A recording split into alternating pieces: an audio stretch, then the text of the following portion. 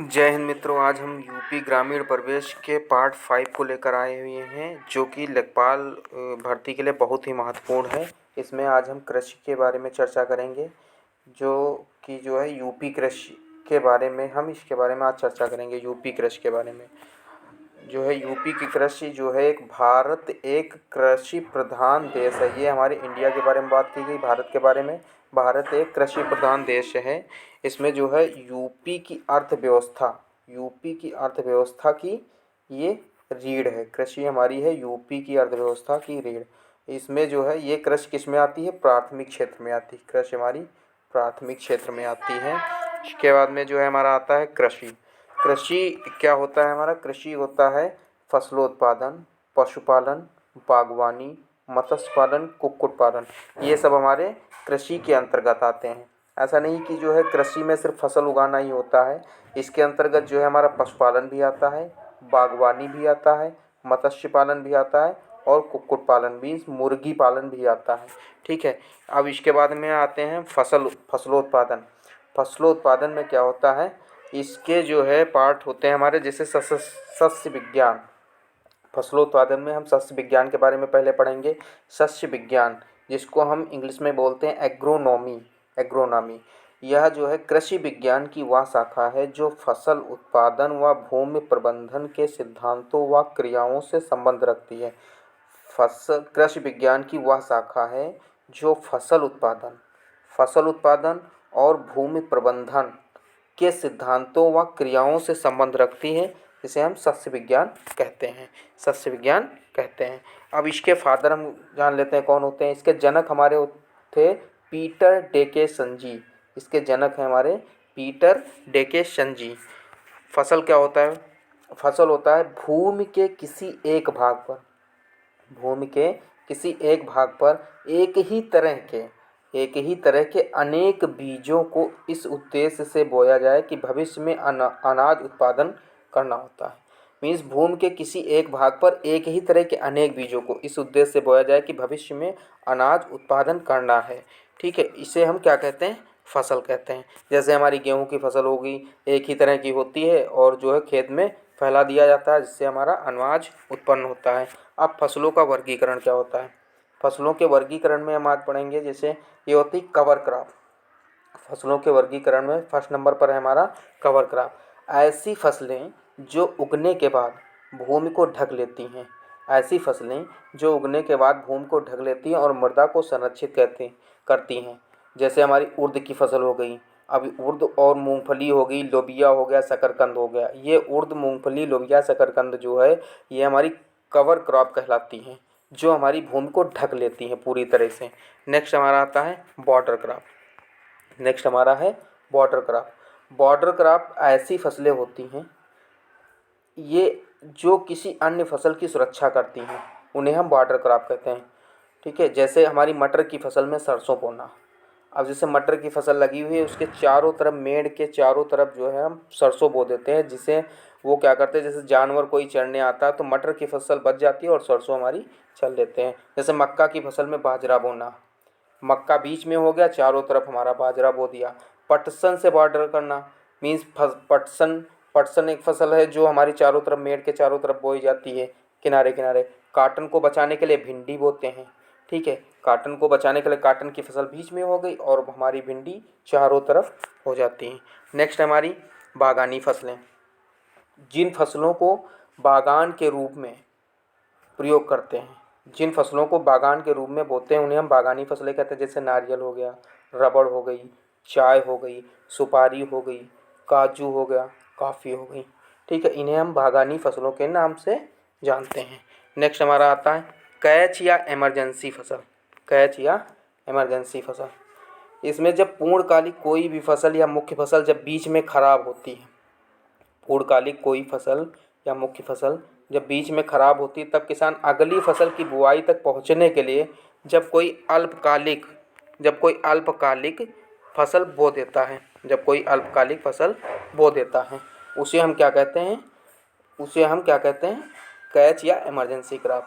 अब ये अल्पकालिक फसल को बोने के लिए जिससे हमारी नुकसान होने से बच जाता है। जैसे क्या हुआ, मक्का की फसल में उड़द बो देते हैं। जैसे मक्का की फसल बोई गई, उसके बाद में क्या हुआ, बारिश इतनी मात्रा में हो गई कि हमारी मक्का की फसल ख़राब हो गई। अब मक्का की फसल के बाद में हम क्या करते हैं, अब दूसरी फसल के पहुंचने के लिए, क्योंकि दूसरी फसल का जो सीजन होता है वो 2 महीने बाद ही आएगा। ठीक है, अब वो 2 महीने के बीच में जो हम बोते हैं, जैसे उड़द हमने बो दिया, अब उस 2 महीने का जो नुकसान था वो हम भरपाई कर लेते हैं इससे। तो मक्का की फसल में उड़द बो देना। जैसे मूली की फसल, मूंग की फसल, इस तरह से जो है हम जो कोई फसल ख़राब हो जाती है उसके बीच में हम बो देते हैं, जिससे हमारी थोड़ी बहुत भरपाई हो जाती है। ट्रैप फसल क्या होता है?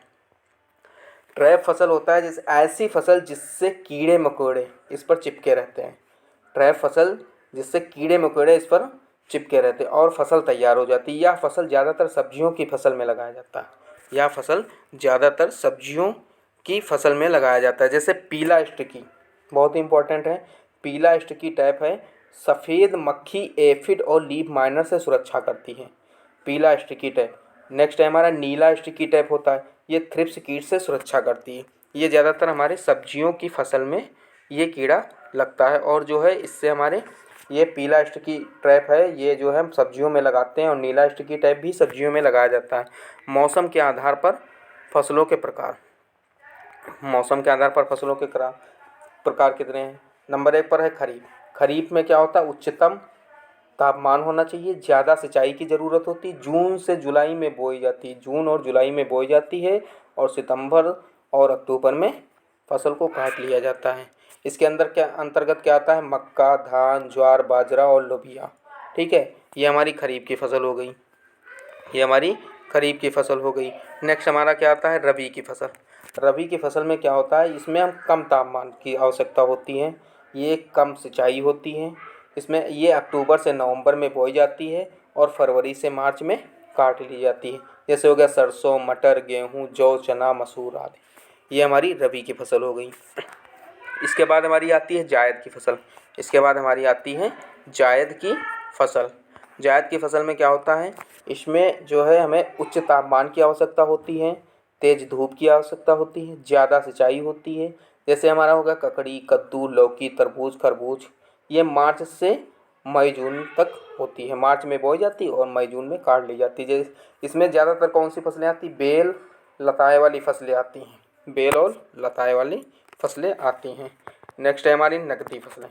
अब किसानों, इस नकदी फसलों में क्या होता है, जैसे किसान क्या करते हैं, ये ज़्यादातर जो है गेहूँ, चना ये सब बोते हैं। लेकिन नकदी फसल इससे ये ऐसी फसल होती है जिन्हें बेचकर धन प्राप्त किया जाता है। धन उससे भी प्राप्त किया जाता है, लेकिन उसको जो है अनाज के रूप में हम लोग घरों में भी रखते हैं।